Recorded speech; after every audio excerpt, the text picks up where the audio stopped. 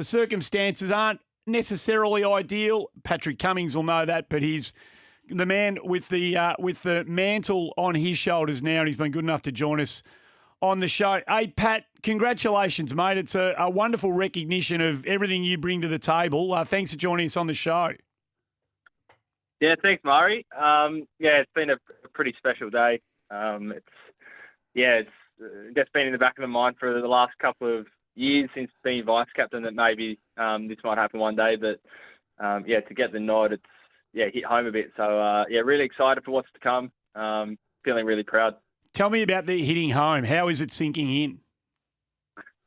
I think the first thing I thought about, I kind of got brought back to my childhood, really. Learning cricket, learning the traditions and history of cricket from mum and dad and grandparents, and it just took me back to being that 8-year-old kid in the backyard and looking up at Steve Waugh and Ricky Ponting as captain. So it's been a nice little trip down memory lane. I bet it has.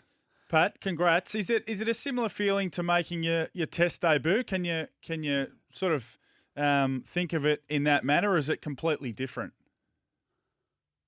No, I think that's a fair. I think that's fair. I remember when I got my baggy green, the same memories kind of flooded back.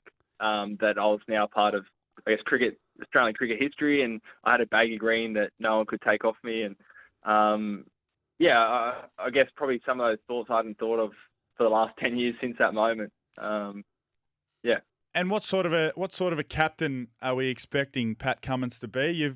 You're a fast bowler by trade, so you've got that killer instinct, that ability to get a batsman on the back foot and knock them off the park. But you're also seen as a very nice man, a very nice human being, very Pat kind Cummins. human. So very decent human being. What sort of a balance are we looking to strike? Are we going to be that fast bowling, fearsome captain, or are you going to play Mr. Nice Guy as well? No, I'm a bit of a tyrant behind closed doors. I love the best part about cricket is the friendships and mates that I get to do it alongside. So hopefully that won't change being captain. I'm a real people person, so I'll be leaning on a lot of the players, especially the senior guys, collaborating with them, and hopefully leading with the front bowling. I've always loved grabbing that ball and trying to make a difference in the match, and just hopefully empowering all the players and taking a lot of the stresses that come with playing a sport in front of millions of people and just really empowering them. Pat, on a radio station like ours, we've spent a lot of time in the last week talking about Tim and the situation that's befallen him and Cricket Australia, and we know that there was a process that you had to go through before the panel anointed the next skipper. What can you tell us about the process you went through? Yeah, I mean, first of all, I'd like to just acknowledge what Payne has done to for our sport and our team. He's just a fantastic leader. We absolutely love him, and just really right behind him and hoping he's doing okay. Yeah. I guess since we knew he was going to step down, it was a bit of a process. So we got asked to present to a couple of board members, a couple of selectors, and Nick Hockley, the CEO, and it was really it was about presenting our vision for the team, our own leadership style, our own values, what we're about. And it was a really good exercise actually to try and consolidate a lot of the thinking that we probably think about. I've thought a lot about over the years, but writing it all down and presenting, it was a really good exercise.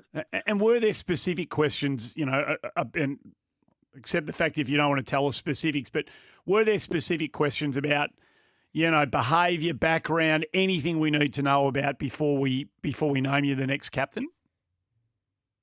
Oh yeah, I mean there's a couple of those questions, and I'll leave it at that. But it was it was a really good process, really open, really formal, but done in an informal way. We've got some really great people around CA that all keen to work together and feel really well supported. By that panel and the people that I can work with over the next stint. Yep. So what now, Pat? You're announced captain. When does the group come together? I'm sure a lot of your feelings at the moment is I just want to get around this group. It's been an up and down and inauspicious sort of preparation with all the things that have been going on in the periphery. So when are you able to get everyone together? You know, phone call's one thing, but when are you able to get everyone together and get in front of this group and start to charge towards the Ashes?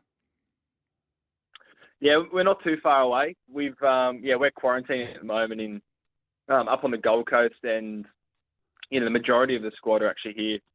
So we've got the core of the senior players. We're missing a few guys, but just about all the support staff are here. So another week until kind of everyone else flies up and we get together, maybe in a bit under a week, and I think that's when everything will become a little bit more real and we'll start really focusing our attention on that first test. And it's always a great part of the summer. I always love flying up to Brisbane and kind of the excitement and the buzz of the week leading into the first test. And how conscious, we're talking to Pat Cummins, the new Australian Test captain. I know you've got a heap of other media commitments to get to, so we won't hold you for too much longer.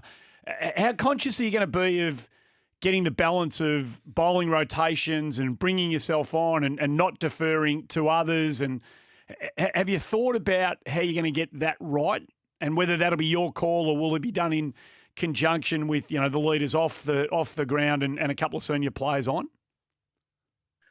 Yeah, I mean, the final call's mine, but I'll be leaning on a lot of the senior guys around that. I think around tactics and field settings and those kind of things, most of the time I think I'll be able to manage. But that's in unison with Steve, the vice captain, some other senior players, and I think you'll see at times if it's a really hot day, if I'm cooked, if I'm right in the thick of bowling and I need to lean on someone, I'll throw it over to Steve, and you might see him moving fields and having a bit more responsibility than traditional vice captains, which I'm absolutely asked him for. Yep. All right, let's fast forward to the fifth test. It's 2-2.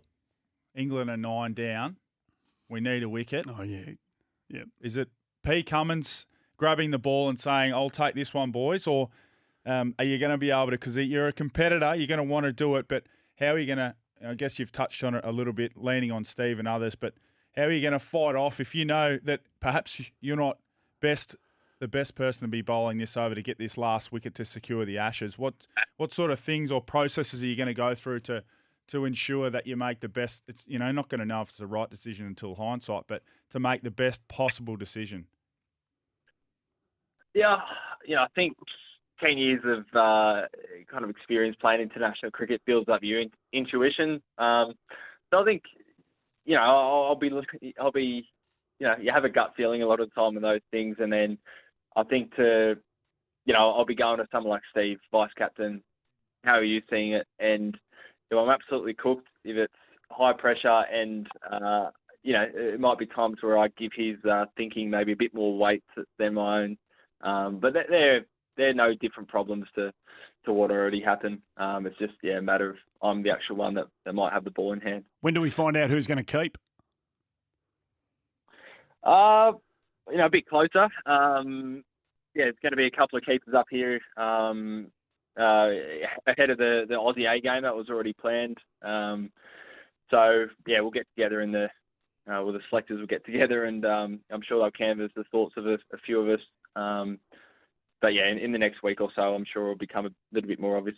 And will you want to speak to Tim? I don't know whether you already have, Pat, but will you want to give him a call and hear his voice and have a chat to him?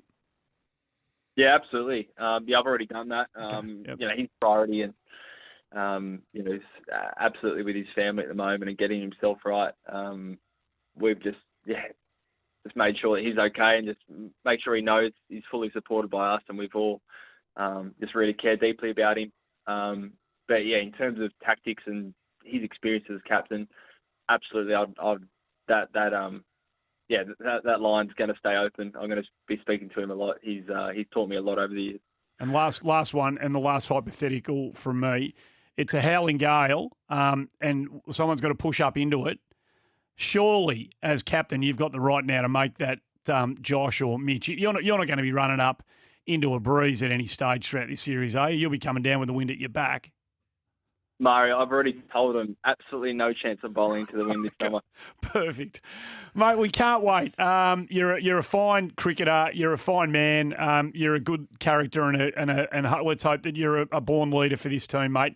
It's a tumultuous lead into the first test, but it's an Ashes campaign, and when the first ball's ready to be bowled, all this other stuff's going to be forgotten. The Barmy Army might not want to let us forget it, but the rest of us will be moving on, mate.